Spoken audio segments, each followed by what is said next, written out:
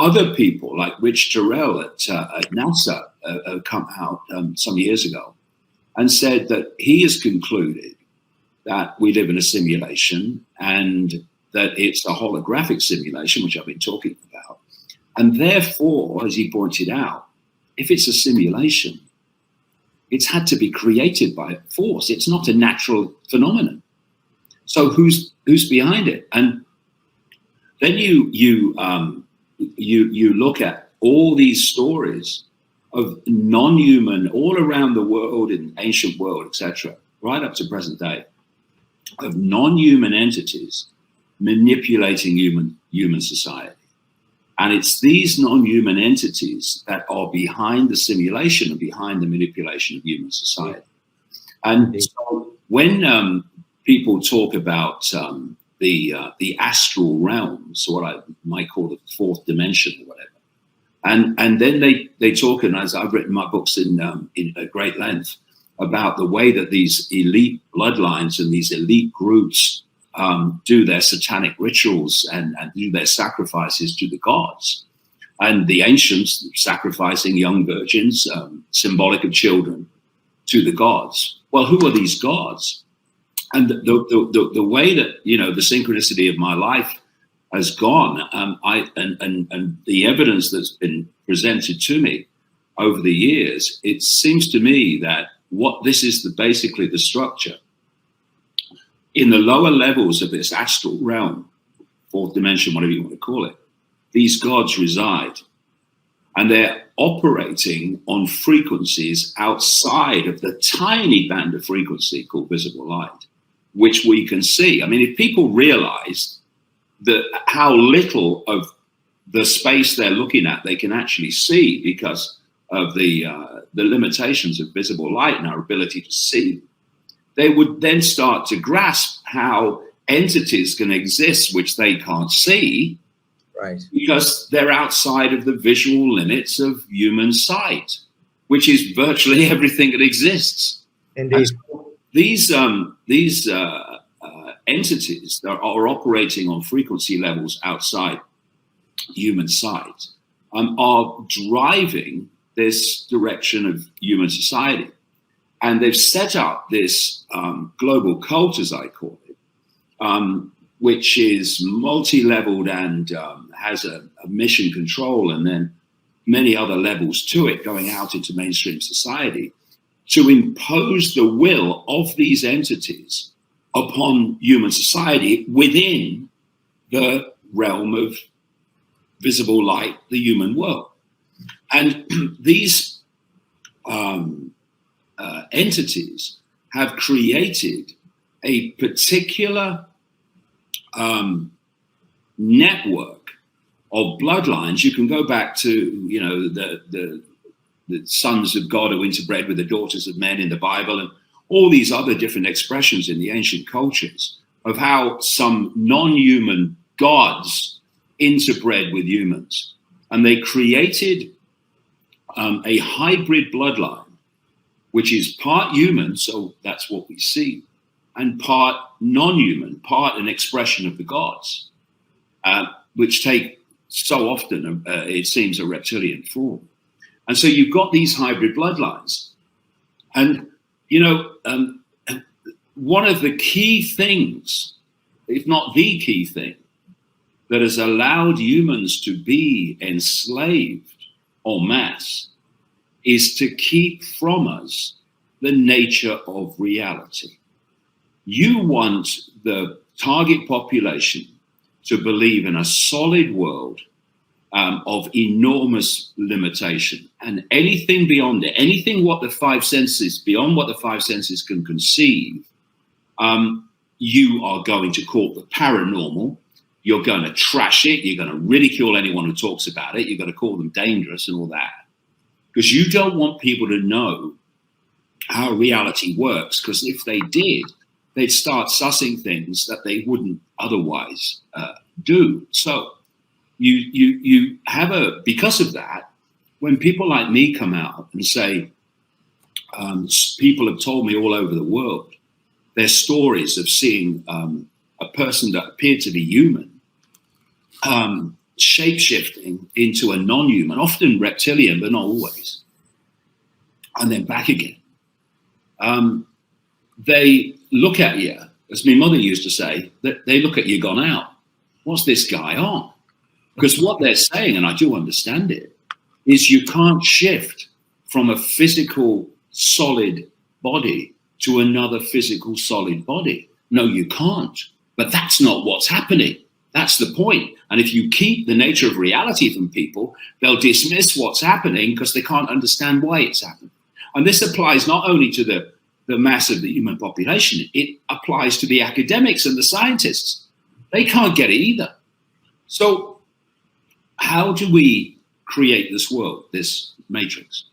In the same way that this computer in front of me takes the radiation field called Wi-Fi, which we can't see, and turns it into a completely different reality on the screen in front of me.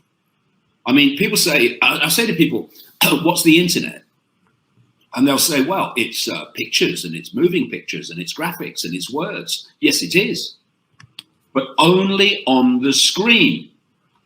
Everywhere else, it's radiation fields called Wi-Fi, and it's electronic codes and sequences and circuits. The only place the internet exists as we perceive the internet is on the screen. Okay.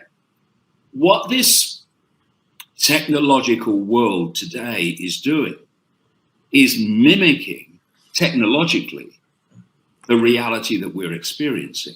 Because what it is, it's another level of this holographic simulation. Thus, each level of a hologram is an expression of the hologram. That every part of a hologram is a smaller version of the whole. So that's why you're seeing this technological world unfold, which is mimicking, it's another level of the simulation itself. So how do we decode it? What is the matrix? The matrix is information. The matrix is like a Wi-Fi field, and we're interacting with it. And if you look at how we create reality, this is mainstream science, they don't tell you. The foundation of this matrix, the simulation, is waveform information. And what happens and how the five senses work is the five senses pick up the waveform information. The ears are a classic with sound waves, but all the other five senses work the same way. They're picking up frequency information. Everything's a frequency in this reality.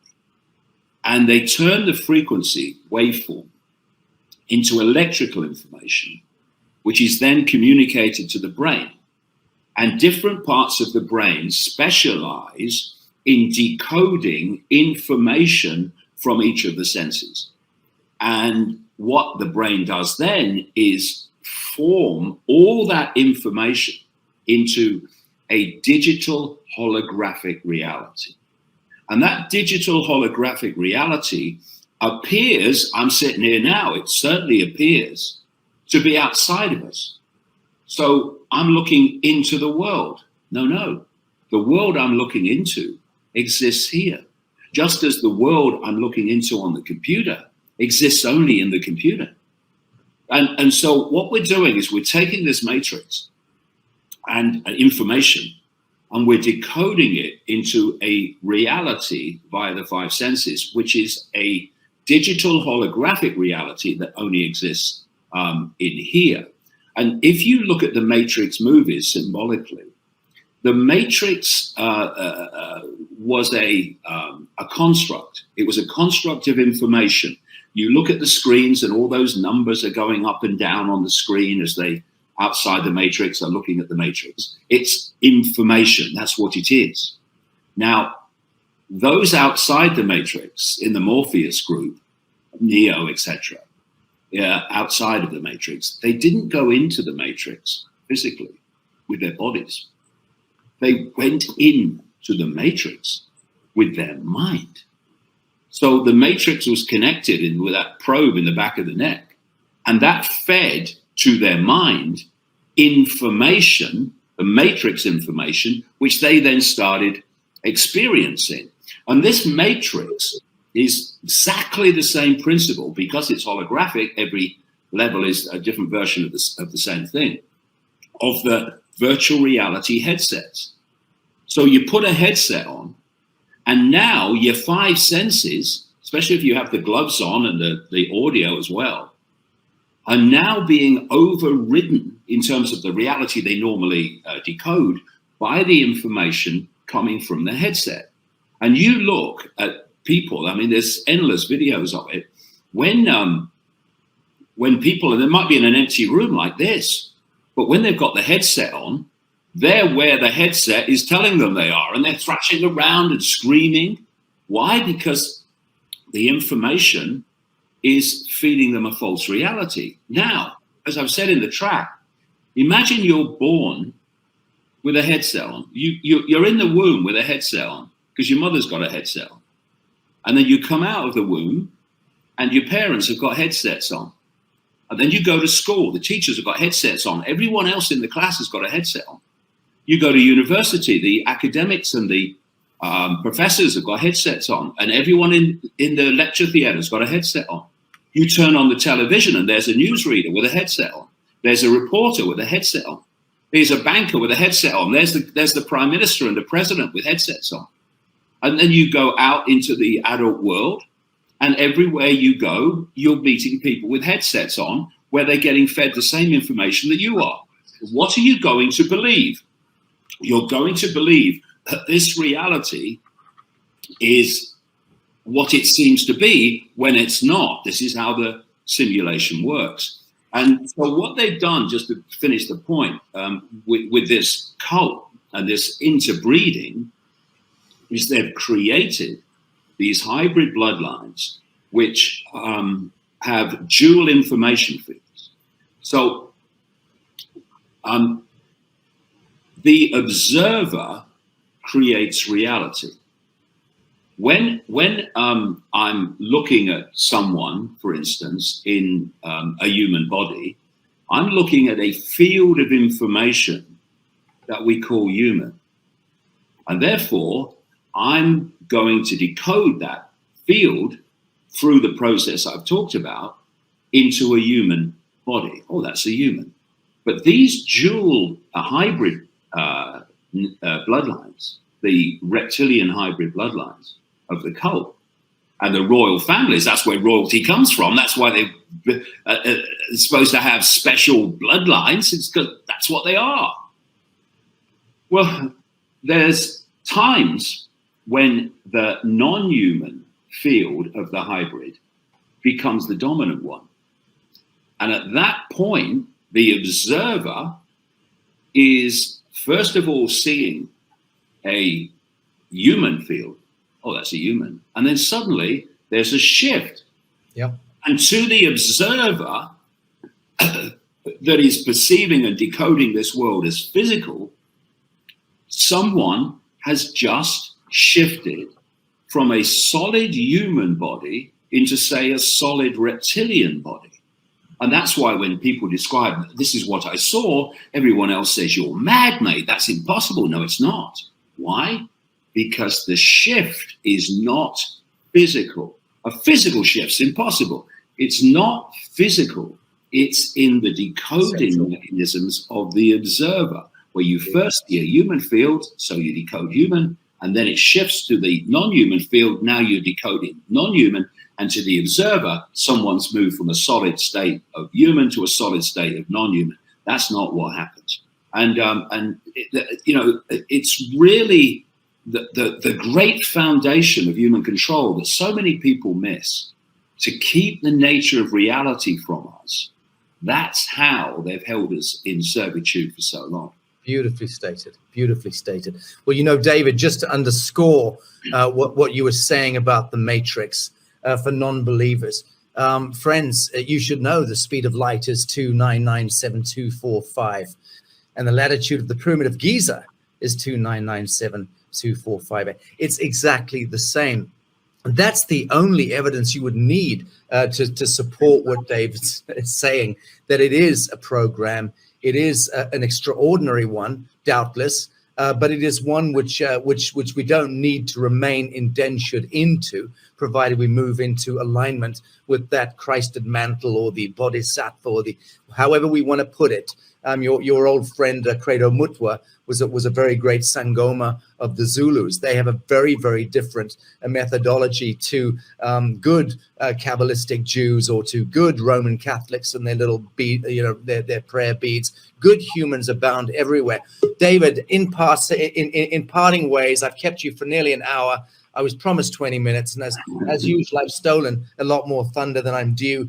What is the commonality of the human being as you see it in the simplest possible terms? Well, the commonality is that in the end, we're all the same consciousness having different experiences. But I mean, just try to imagine how impossible it would be to set against each other in competition, in war, in conflict, in seeking to dominate, their opinion being the one that dominates everything. If everyone realized, actually, we're all each other having different experiences, chill, man. It'd be virtually impossible. So what you have to do is give the target consciousness a fake sense of self-identity, what I call phantom self. You get consciousness so disconnected, not least through the simulation and by the focus almost entirely on the five senses. You disconnect mission control beyond the simulation mission control from the five sense perceptual reality that people think is human. You get them to self-identify the I with their race, with their country, with their income bracket, with their culture, with their background. There's nothing wrong with that. It's an experience. But the thing is, if you fall for the trap, and that's what it is, systematically done, that you are your experience and not the consciousness having the experience, then what you do is you get caught in the Maya, the prison cell of limitation, of I can't, of it's not possible.